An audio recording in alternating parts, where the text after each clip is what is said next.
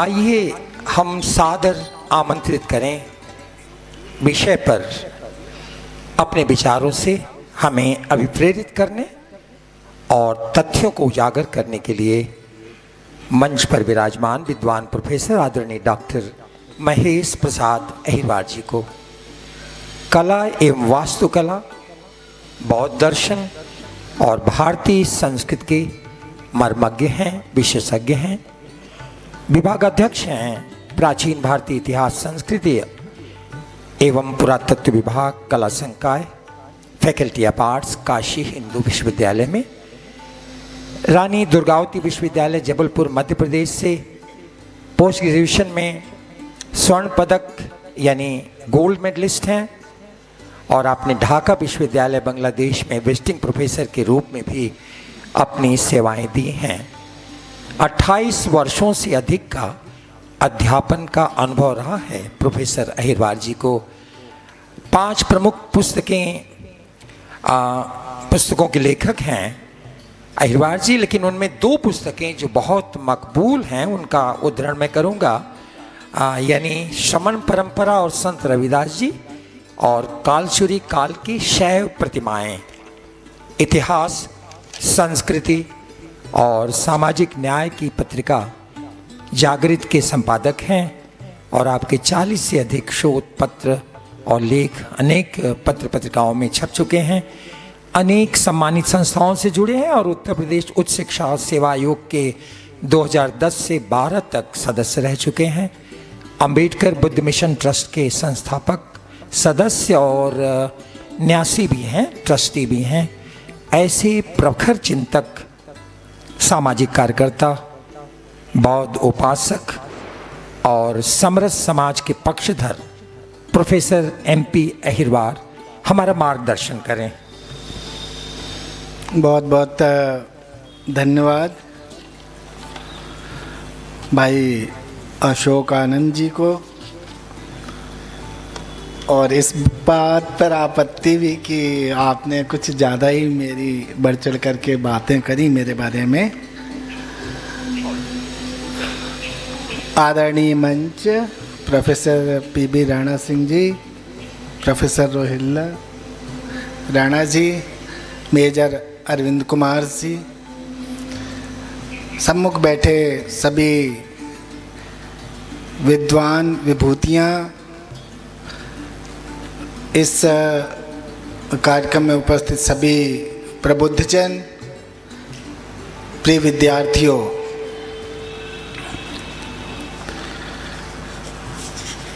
यह मेरे लिए एक तरह का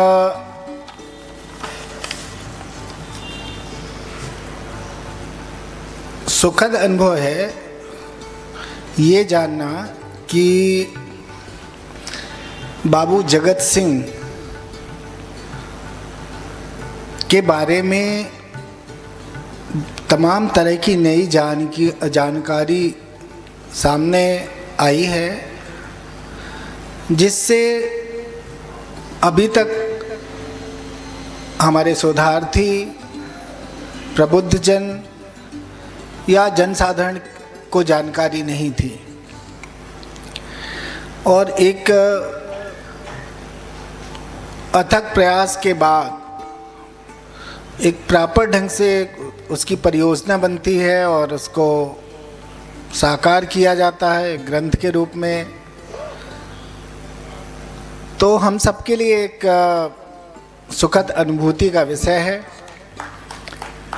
और इसलिए मैं पूरी टीम को,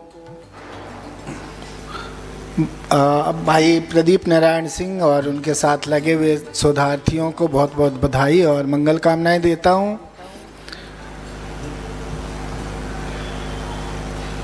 अभी हाल में अखबारों की सुर्खियों में ये चर्चा का विषय रहा, खास करके जब सारनाथ को विश्व धरोहर सूची में रखे जाने की बात या चर्चा हो रही थी, जो काफ़ी लंबे समय से प्रतीक्षा में था। वाराणसी के घाट और सारनाथ की हमारी धरोहर वैश्विक धरोहर में शामिल हो, इसका हम सबको बेसब्री से इंतज़ार रहा है।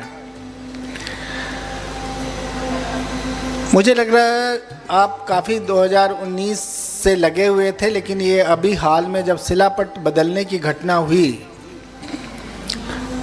तो ये जो लोग उससे जुड़े नहीं थे उन सबके लिए चौंकाने वाली बात सी थी। एक बौद्ध उपासक होने के नाते मेरे लिए ये बहुत आश्चर्य का विषय था कि इस शिलापट को क्यों बदला जा रहा है। एक संयोग रहा कि कहीं भाई प्रदीप जी को ये संज्ञान में आया कि वो आप ये बाबू जगत सिंह पर आई किताब मुझे भी दी जानी चाहिए, और उस पर अब तक जो भी काम उन्होंने किया है यहाँ से लेके लंदन और तमाम देश के विभिन्न आर्काइवल जो रिकॉर्ड्स हैं वहाँ से, उसका एक पूरा बंच हमें ला कर के उनके साथियों ने दिया, उनके साथ काम कर रहे लोगों ने। और फिर एक दिन वो खुद भी फ़ोन किए और मुझे अच्छा भी लगा, और जब उन्होंने बताया कि आयोजन हम करने जा रहे हैं और उसमें अशोका मिशन सोसाइटी भी साथ में है, तो मैंने उनसे कहा कि अशोक आनंद जी की सोसाइटी है बनारस में, तो उन्होंने कहा हाँ वही हैं। तो मैंने कहा वो तो हमारे मित्र हैं। तो फिर चलिए ये बात हुई कि वो साथ में भी आए, हम लोगों ने काफ़ी बात की। अब जब भी बाबू जगत सिंह की बात होगी तो सारनाथ की बात होगी और भगवान बुद्ध की बात होगी। तो भगवान बुद्ध से लेकर के जो बाबू जगत सिंह का काल है 18वीं शताब्दी का, एक काफ़ी लंबा, लगभग मुझे लग रहा है 2500 से अधिक का इतिहास समेटे हुए समय है। और दोनों का जो संदर्भ है जब भी किया जाएगा, मुझे लग रहा है ये साथ साथ किया जाएगा, किया जाना भी चाहिए। मैंने किताब को बहुत सरसरी तौर पर देखा और मैं बहुत क्षमा प्रार्थी हूँ कि मैं आधुनिक इतिहास के बारे में का ना तो अध्यापक हूँ, ना मैंने आधुनिक इतिहास कभी ग्रेजुएशन के दिनों में मैंने जो भी वर्ल्ड हिस्ट्री और मॉडर्न हिस्ट्री पढ़ी है उससे आगे बात नहीं बनी। फिर मैं एंशिएंट हिस्ट्री और उसका विद्यार्थी रहा और अब मैं अध्यापक के तौर पे हूँ। तो आधुनिक इतिहास के बारे में मुझे बहुत जानकारी नहीं है, पर अक्सर जितना हम लोग बेसिक तौर पे जानते हैं उसमें देखते हैं कि जब भी स्वतंत्रता आंदोलन के इतिहास की शुरुआत होती है तो 1857 से शुरू होती है, और ये हमारे देश के इतिहास की सबसे बड़ी विडंबना है। जब हम किसी भी कालक्रम में हुई घटनाओं को क्षेत्रीयता के आधार पर, जाति या समुदाय विशेष के आधार पर या और किसी वजह से उसको सीमित करके उसका आकलन करते हैं, तो जब 1857 का प्रथम विद्रोह कह रहे होते हैं हमारे इतिहास का, तो ये भूल जाते हैं कि उसके पहले भी ऐसे अनेक विद्रोह हुए। ये कितना आश्चर्यजनक है कि यदि हम उसके पहले के विद्रोहों की बात करते हैं तो हम संथाल, कोल और मुंडा जैसे जनजातीय विद्रोहों की बात करते हैं। अब जो जनजातीय विद्रोह हैं, क्या वो भारत में अंग्रेज़ों के खिलाफ विद्रोह नहीं थे? तो क्या जब अंग्रेज़ों के विरुद्ध हम स्वतंत्रता या आज़ादी के आंदोलन का इतिहास लिख रहे हैं, बता रहे हैं, तो क्या वो भारत के इतिहास से उसको अलग करके देखना चाहिए हमें? तो उनको केवल एक सीमित दायरे में ही रख करके हम देखते हैं। तो इसी तरह का मुझे लग रहा है कि ये बनारस में भी लेकर के जनजातीय विद्रोहों से और पहले यदि ये जो तथ्य सामने आए हैं, जिसमें ये 1787, 88 और 99 तक का जो एपिसोड है बाबू जगत सिंह का, तो ये अपने आप में अनूठी और विलक्षण बात है। क्योंकि तब तो आपको कहना पड़ेगा कि यदि अंग्रेज़ों के खिलाफ कोई इस तरह का बगावत का बिगुल फूंका गया तो उसकी भूमि बनारस रही है। ये तो इतिहास में आपको संशोधित करना पड़ेगा, इतिहास के पाठ्यक्रमों को बदलना पड़ेगा। अब जनजातीय विद्रोहों को तो मैं भी बहुत सा है, क्योंकि जनजातियों के प्रति और जो इस तरह की कम्युनिटीज़ हैं जो मुख्य धारा में नहीं, शेड्यूल कास्ट, बैकवर्ड कम्युनिटीज़, उनका कोई भी काम वैसे भी जो मुख्य धारा का भारत का जो इतिहास लेखन है वो इग्नोर करता रहा है। मैं उम्मीद करता हूं कि कम से कम बाबू जगत सिंह को तो जगह देंगे, और जब उस कड़ी में 1799 के एपिसोड में जाएंगे तो ऐसे बहुत सारे और भी विलक्षण प्रतिभाएं हमारे जो आज़ादी के आंदोलन में शुरुआती दौर में जो आंदोलन हुए वो सब कुछ सामने आएगा, ऐसा मेरा मानना है। अब जब हम इतिहास लिखते हैं तो ज़्यादातर होता है कि हमारी भावनाएं जो है बहुत हिलोरे मारने लगती हैं। तो अक्सर क्या होता है कि हम भावनाओं में बह करके इतिहास को अच्छा करने के बजाय कभी कभी उसमें बहुत सारी गलतियां भी कर देते हैं। अभी बहुत सारी चीज़ें सामने आ चुकी हैं बाबू जगत सिंह के संदर्भ में, और भी चीज़ें आनी हैं। तो आगे जो भी चीज़ें हों तो मुझे लग रहा है उसमें बहुत सावधानी और सतर्कता पूर्वक हमें अपनी बात कहनी चाहिए, और उनका संग्रह करके एक नए सिरे से जो भी सामने आता है उसको लिखा जाना चाहिए, ऐसा मेरा मानना है। कुछ चीज़ें ऐसी हैं जिससे आप सहमत हो सकते हैं और सहमत नहीं भी हो सकते हैं, लेकिन जो सच्चाई है उसे हमें इनकार नहीं करना चाहिए। सच्चाई ये है कि जब ये दौर था, जिस दौर की हम बात कर रहे हैं, उस दौर में हम जिस भारत को सोने की चिड़िया कहते हैं, जिस भारत को हम विश्व गुरु कहते हैं, उस दौर का इतिहास लगभग एक तरह से ज़मींदोज़ हो गया था, और हमें कुछ भी उसके बारे में पता नहीं था। और यदि इस बात की जानकारी होती तो बहुत संभव है कि बाबू जगत सिंह जो डंकन को सौंप रहे थे वो खुद अपने संग्रह में रख लिए होते हैं।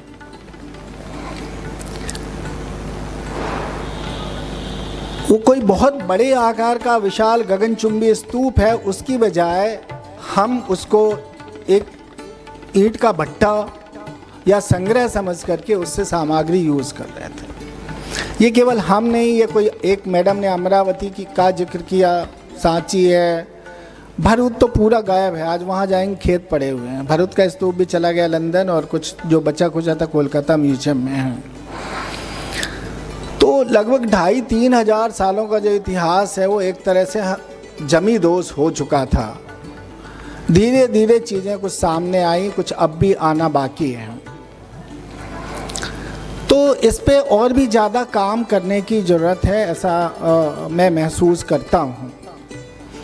जब बनारस की हम बात करते हैं तो चूँकि प्राचीन काल से मेरा ज़्यादा वास्ता है, तो मैं आपको, और यहाँ सभी बनारस की पृष्ठभूमि या उससे जुड़े हुए लोग हैं, तो कुछ चीज़ों को की तरफ मैं आपका ध्यान आकृष्ट करना चाहूँगा कि जो सारनाथ का इतिहास है, अक्सर जो लोग कहते हैं कि सारनाथ वाराणसी से अलग है। प्रोफेसर राणा पीबी सिंह साहब का इसमें बहुत गहन अध्ययन है, बहुत सारा काम उन्होंने किया है। लेकिन आप देखेंगे कि जिसको बनारस को सारनाथ को बनारस से अलग कह करके आंका जाता है, वो समकालीन साहित्य में, तत्कालीन साहित्य में, पूरा बौद्ध साहित्य में, जैन साहित्य में कहीं पर भी वो बनारस से अलग नहीं है। बनारस में या उस समय के तमाम तरह के शहरों में, राजगृह में या फिर और श्रावस्ती में, जैसा जेतवन है, आपका जो चुनार था जहाँ भगवान बुद्ध का 8वां वर्षावास हुआ, वहाँ भेष कलावन था, वैसे ही बनारस में मृगदाय या इस्पतन था। तो बनारस से बिल्कुल अलग नहीं था। बहुत संभव है कि जिस बनारस को आज हम वाराणसी और काशी के बीच में देखते हैं, वो वर्णों और उससे सारनाथ तक उसका विस्तार था। और मुख्य जो बनारस था वो वाराणसी वर्णा नदी के आसपास का एरिया ही था। उसकी बहुत सारी स्मृतियाँ या उसके अवशेष अब भी हमारे बीच में मौजूद हैं, लेकिन हम उनको संभालने में नाकाम हो रहे हैं। जैसे अभी हाल में आप देखेंगे कि ये जो आपका जो काशी स्टेशन है, उसके दोनों तरफ लगभग ऐसा जो 500 एकड़ की जो ज़मीन है वो पूरा प्राचीन काशी नगर का हिस्सा है। और उस तरफ बसंता कॉलेज की तरफ जो राजघाट में साइट जो ए.के. नारायण साहब ने खोदी थी, उससे लगा हुआ पूरा का पूरा हिस्सा है, लेकिन उसको अभी रेलवे ने पूरी तरह से ध्वस्त कर दिया। लगभग 25 फीट गहरा खाई करके और उन्होंने कंक्रीट और ये सब खड़ा कर दिया है। रेस्क्यू के तौर पे हमने अपने विद्यार्थियों को भेजा था। हमारे विद्यार्थी ने 8 सिक्के हासिल किए वहाँ, जिसको जेसीबी से खोद करके ढेर लगा दिया गया था। उस मिट्टी के ढेर से भी उन्होंने 8 सिक्के ढूंढ निकाले और बहुत सारे ऐसी एंटिक्विटीज जो ऐसी फैली हुई थी। तो 1787-88 में और आज के भारत में तो बहुत अंतर है।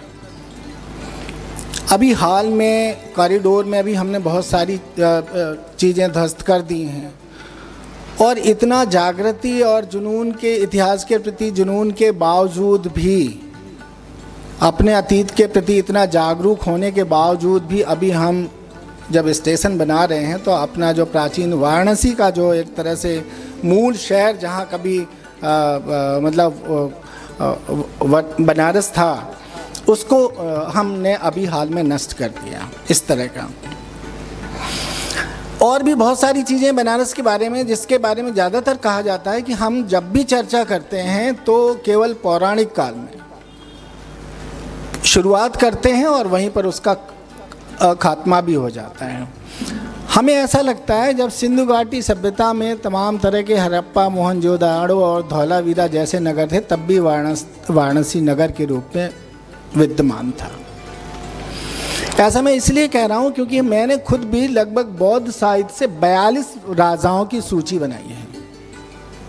बौद्ध साहित्य से वाराणसी के 42 राजाओं की सूची मैंने बना रखी है। अब काफ़ी लंबा, और ये राजा कब हैं? ये राजा भगवान बुद्ध की कथाओं में आते हैं। तो भगवान बुद्ध की कथाओं में ऐसे राजाओं के नाम दर्ज हैं, उनका पूरा इतिहास, उनका मंत्रिमंडल, उनकी कार्यप्रणाली, उनका सभा भवन, उनकी न्यायपालिका, उनका संथागार, सबकी चर्चा है। तो सब कुछ तो काल्पनिक नहीं हो सकते, कुछ ना कुछ तो इतिहास का अंश उसमें है। और ये भगवान बुद्ध के समय की कहानियों में भगवान बुद्ध अपने मुख से कह रहे हैं, तो इसका मतलब उसके पहले के राजा हैं। तो 6ठी शताब्दी ईसा पूर्व से पहले का यदि हम 42 कड़ियाँ ना भी जोड़ें, उसका आधा भी कर लें, तो सिंधु घाटी सभ्यता के नगरों के समय तक तो बनारस का इतिहास चला ही जाता है। और इस देश में जब भारतवर्ष नाम की चीज़ नहीं थी, तब भी इस पूरे देश को जब जम्बू द्वीप कहा जाता था, उस जम्बू द्वीप को जब दीघ निकाय में गोविंद सूत्र में जो वर्णन है, उसमें अलग अलग भागों में बांट करके उनकी राजधानियां बनाई गई, उसमें एक भारतवर्ष है। और तब काशी भी है, मतलब वाराणसी भी है। काशी एक जनपद है, काशी एक राष्ट्र के रूप में है, एक जनपद के रूप में है। जो अलग अलग तरह के राष्ट्र बने 6 उस समय गोविंद सूत्र के हिसाब से, जिसमें एक भारतवर्ष है और एक उसमें से वाराणसी भी, और भी नाम है, मैं उस पर नहीं जाऊंगा। तो कितना पुराना इतिहास बनारस का है, ये अपने आप में बहुत चौंकाने वाली बात है।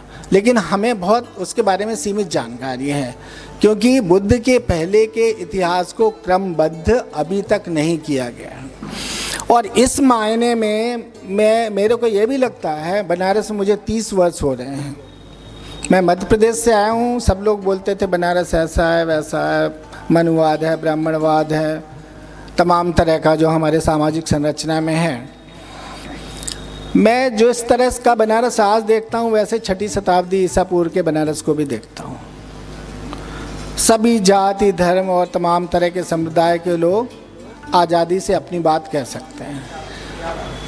ये मुझे मैं थोड़ा सामाजिक तौर पे बहुत सक्रिय हूँ, खास करके जो सामाजिक मुद्दे हैं, जो सफ़रर कम्युनिटीज़ हैं, उनके मुद्दे हैं, उसको लेकर के बतौर प्रोफेसर भी मैं सक्रिय रहता हूँ। तो बाहर के लोग मुझसे पूछते हैं कि आपको बनारस में डर नहीं लगता? ये बात मेरे से बहुत पूछी जाती है। तो मतलब यहाँ कोई बात है कि आप अपनी जो अभिव्यक्ति की आज़ादी है, यदि कहीं देखना हो तो भारत में कहीं देखना हो तो आप बनारस को आकर के देख लीजिए। और इसलिए मैं कहता हूँ कि बनारस का इतिहास जाने बिना आप इस देश के इतिहास को नहीं समझ सकते। बनारस का इतिहास जाने बिना इस देश की संस्कृति और सभ्यता के उत्कर्ष की गाथा को आप नहीं समझ सकते। जब भी आप इस देश की संस्कृति और सभ्यता के उन्नयन की बात करेंगे, उसकी नींव की बात करेंगे, उसके उद्भव और विकास की बात करेंगे, तो आपको बनारस आना पड़ेगा।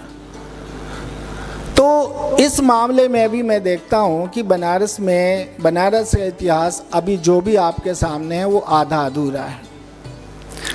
हाल का जो हम बाबू जगत सिंह की बात करते हैं, तमाम तरह की भाई जो आदरणीय मेजर अरविंद जी ने पूरा सिलसिलेवार, मैं थोड़ा देर से आया लेकिन मैंने देखा कि जितनी बातें मैंने सुनी उन्होंने इतिहास के क्रमबद्ध तरीके से उन चीज़ों को रखा है। तो ये अपने आप में जो इतिहास सामने आया है, ये अभी हमारा जो समय है लगभग 200-225 सालों का इतिहास है, और उन 225 सालों के इतिहास को भी हमने विस्मृत कर दिया। तो कल्पना करें कि 2-2.5 हजार साल का इतिहास का क्या हुआ होगा।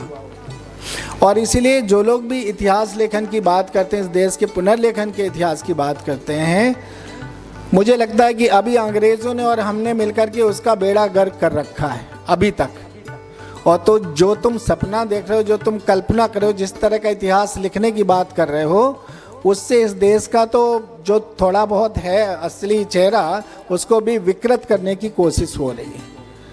तो सभी जागरूक प्रबुद्ध नागरिकों से, बुद्धिजीवियों से, इंटेलेक्चुअल से मेरा कहना है कि कम से कम इस क्रम में जब हम अतीत के संवर्धन की बात करें, उसको फिर से जीवंत करने की बात करें, फिर से लिख कर के उसको जीवंत तो इसी रूप में किया जा सकता है ना।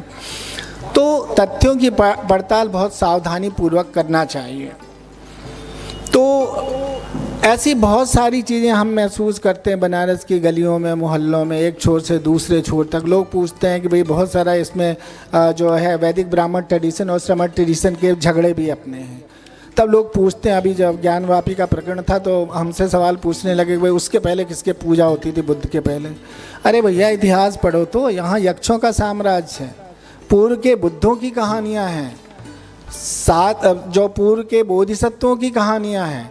और बनारस में तो हमारा वैदिक ब्राह्मण ट्रेडिशन का इतिहास वो पौराणिक काल में दिखता है, जहाँ पर वो जो हरिकेश नामक जो यक्ष है उसकी कहानियाँ सब लोग जानते हैं।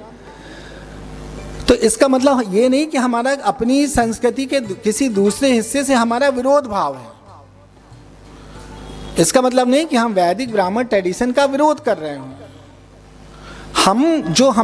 हमारा जो वास्तविक इतिहास का कालक्रम है, उसको जानना और उसके बारे में लिखना या बोलना कोई अपराध नहीं है। क्योंकि मानव सभ्यता के उद्भव और विकास के क्रम में तो देवी देवताओं का और धर्मों का अस्तित्व तो बाद में आया ना। लेकिन आदिम युग में यदि हम लोग देखें, यहाँ अगल बगल में जो प्री हिस्टोरिक पेंटिंग्स और गुफाएं हैं, तो हमारा इतिहास तो वहाँ से शुरू होता है ना। आप मिर्ज़ापुर की पहाड़ियों में चले जाइए, देवदरी, राजदरी, या जो चकिया में जो अभी बहुत सारी गुफाएं खोज निकाली गई हैं, तो बनारस से तो दूर नहीं है, वो आधे घंटे के रास्ते में। तो उस समय क्या मनुष्य पैदल चहलकदमी करके भी यहाँ इतनी दूर नहीं आता जाता होगा। तो हमारा इतिहास तो वहाँ से शुरू हो रहा है। तो ये सभी चीज़ों के बारे में हमें मुझे लग रहा है सजग और जागरूक होने की ज़रूरत है।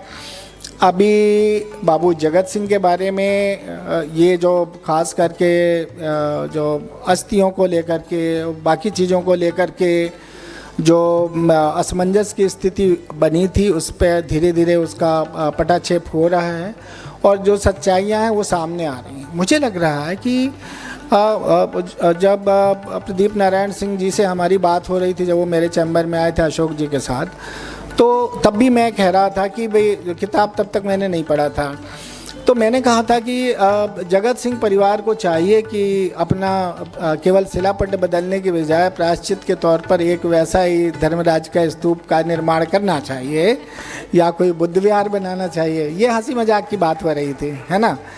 तो ये बौद्धों को तो बहुत अच्छा लगेगा, बौद्ध उपासकों को अच्छा लगेगा, लेकिन यदि इस क्रम में जो अभी बोल करके गए प्रदीप नारायण जी कि हमारी तलाश जारी है और वो जो भगवान बुद्ध के अस्थि अवशेष तो प्रवाहित कर दिए गए, उसके साथ जो रखी हुई चीज़ें थी अमूल्य धरोहर हैं, यदि वो दुनिया के किसी कोने में भी यदि मिल जाती हैं, चाहे जितना टाइम लगे, तो इस देश के लिए बहुत बड़ा गर्व की बात होगी। और उस काम में आप लगे हैं, तो मैं भी आप एक समय आए जब, क्योंकि अभी हम लोगों ने बहुत कुछ हासिल किया है जो दुनिया के दूसरे कोने में रखी हुई वस्तुओं को, तो ये एक बनारस के लिए और पूरा, ये केवल आपके एक परिवार का मसला नहीं है, ये देश की संस्कृति और सभ्यता को गौरवान्वित करने वाला मसला भी है। तो ये इसमें यदि कामयाबी मिलती है तो ये बहुत खुशी की बात होगी और हम सबको गर्व होगा, बनारस को गर्व होगा। बहुत सारी चीज़ें मुझे और भी कहनी थी, लेकिन ये उचित अवसर नहीं है। हो सकता है कि बातचीत के क्रम में मेरी बातों से आप असहमत हों। बनारस का इतिहास लेकिन सचमुच नए सिरे से लिखे जाने की ज़रूरत है। यहाँ का इतिहास काफ़ी लंबा है, लेकिन हम केवल एक पक्ष पर ही अभी उस पर दृष्टिपात करते आए हैं। उसका दूसरा पक्ष बिल्कुल भी अभी आधा अधूरा है या कुछ पन्नों में लिखा गया है। तो वो सब चीज़ें आनी चाहिए, चाहे वो अतीत का हो, 2500 साल 5000 साल पहले का इतिहास हो या अभी आज़ादी के आंदोलन का। तो ये जो आपने मुझे मौका दिया आप सबके बीच में आने का, मैं आयोजक साथियों का, आप सभी मित्रों का बहुत बहुत आभारी हूँ और उम्मीद करता हूँ कि इसमें यदि हमारे विभाग की कोई भूमिका बनती है और आपको लगता है कि हम लोग आपके इस काम में मददगार हो सकते हैं, तो हमें खुशी होगी कि अगले 3 सालों तक यदि सब कुछ ठीक रहा तो हमारा कार्यकाल भी रहेगा। तो बतौर एक प्रोफेसर, बतौर एक विभागाध्यक्ष भी हम आपके साथ खड़े होंगे। बहुत बहुत शुक्रिया।